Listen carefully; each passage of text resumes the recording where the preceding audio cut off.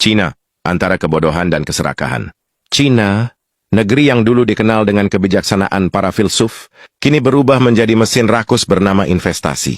Mereka datang bukan membawa perdamaian, tapi membawa kontrak utang, bunga tinggi, dan alat berat untuk mengeruk isi bumi negeri lain. Di atas kertas mereka menyebutnya kerjasama ekonomi. Tapi di lapangan, itu adalah bentuk penjajahan baru, kolonialisme modern yang tak lagi pakai senjata, melainkan angka dan tanda tangan pejabat yang haus project. Lihatlah Indonesia, negeri kaya raya ini kini jadi pasar empuk. Sumber daya alam dijadikan jaminan, tambang dikeruk tanpa kendali. Bauksit, nikel, batu bara, dan air keruh jadi saksi bisu bahwa bumi Nusantara sedang dikerat sedikit demi sedikit, dikirim ke pabrik-pabrik di China yang terus menelan hasil bumi kita tanpa rasa kenyang. Dan puncak kebodohan itu bernama kereta cepat Jakarta-Bandung. Proyek yang digembar-gemborkan sebagai simbol kemajuan, ternyata justru menjadi beban rakyat. Dari biaya awal yang katanya 60 triliun, membengkak hingga lebih dari 100 triliun.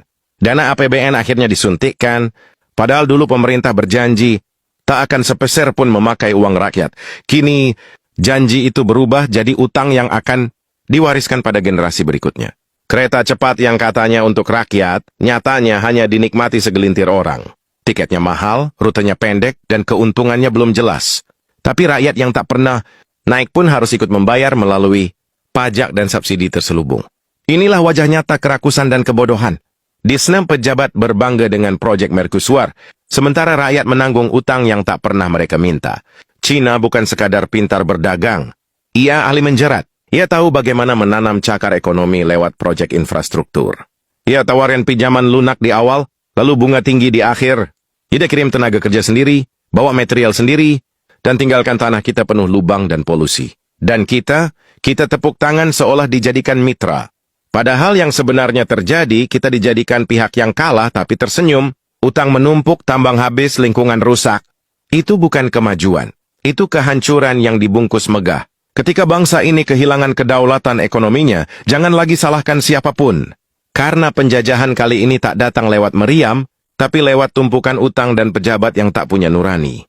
Wahai bangsaku, sadarilah, bukan Cina yang salah sepenuhnya, tapi kita yang bodoh membiarkan kerakusan menguasai negeri ini. Kita menukar harga diri bangsa dengan proyek sementara, kita menjual masa depan anak cucu demi foto di peresmian. Dan saat tambang habis, tanah tandus, dan utang menjerat, barulah kita tahu bahwa yang kita sebut investasi ternyata adalah penjajahan modern dalam wujud uang dan beton. Suara langit, ketika rakyat tak lagi punya mikrofon. Bagikan jika kamu masih